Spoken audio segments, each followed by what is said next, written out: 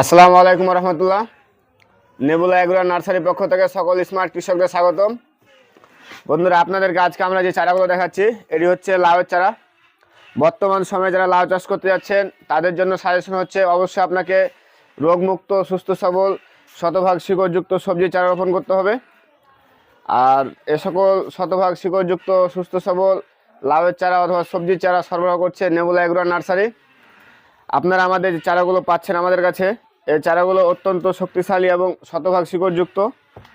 আপনারা আমাদের চারাগুলো দেখুন কী পরিমাণ শিকড় আছে এবং গাছটা খুবই শক্তিশালী এবং পর্যাপ্ত পরিমাণে শিকড় আছে।